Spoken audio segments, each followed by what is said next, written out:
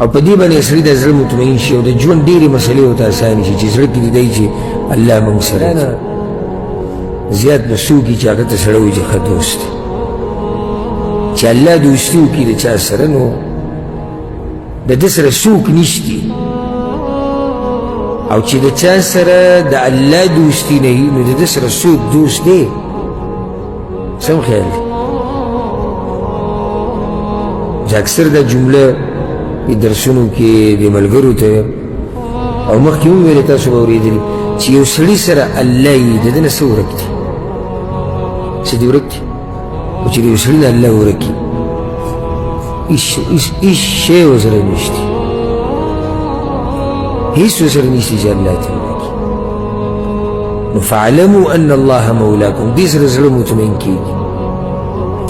احد جنګ چې کله آخري مرحله کې ابو سفیان چې ورغی مسلمانانو پسې هغوی پناه اخیستې وه د احد په دې غر کې، نو څه اواز یې ورته وکړو او پیغمبر بیا د ابوبکر بیا د عمر او د ټولو تپوس وکړو او بیا د وی یاده کوي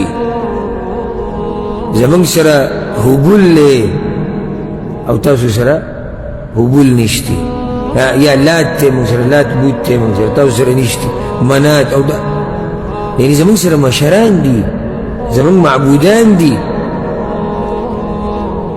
ستاسو سره څوک دی؟ ښه د نورو خبرو جواب پیغمبر صلی الله علیه وسلم ملګرو ته یې مه ورکوو، خو دې ځای کې پیغمبر صلی الله علیه وسلم جواب ورکړي. هغوی یا رسول الله څه ورته ووایي چې الله مولانا ولا مولا لکم، الله زموږ ملګری دی او دوست دی او ستاسو نه ملګری شته او نه دوست دی. نو الحمدلله. او په دې باندې سړي د زړه مطمئن شي او د ژوند ډېرې مسلې ورته اسانې شي چې زړه کې دې دی چې الله موږ سره دی. پته نشي تاسو به چېرته د ښه ګمان به د باندې کومه خو نور اخوا پته نه لګي چې د قرآن چې تاسو وایي تاسو د ایتونو کې سوچ کوئ او که نه. ځکه دا خبره کوم ځای کې چې هغه سړی نشي کولی چې څوک پرې نه پوهېږي. دا آیت په سوره بقره کې چې دا انتهایی د انسان زړه خوشحالوي، او چې کله سړی د دې آیت تلاوت وکړي که نه دا زړه دومره خوشحاله شي چې ټوپونه وایي چې الحمدلله زموږ داسې رب دی.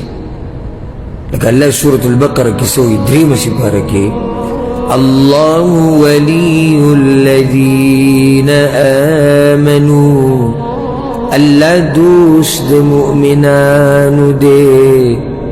دا آیت د زړه سم خوشحالوي چې الله دوست د مؤمنانو دی. او بیا سړی سوچ وکړي چې زه په هغه ټولګي کې یم چې الله د هغوی ملګری دی. صحیح ده زه کمزوری یم او صحیح ده زه به ګناهګار یم، خو دغه ټولګي کې یم. او صحیح ده چې خلک زما نه مخکې تللي دي او اسونه یې ځغلولي دي او صرف دوړه پاتې شوې ده، هغه خلک راته هم نښ کوي، خو بیا هم په هغوی پسې شاته روان یم، ورو ورو روان یم.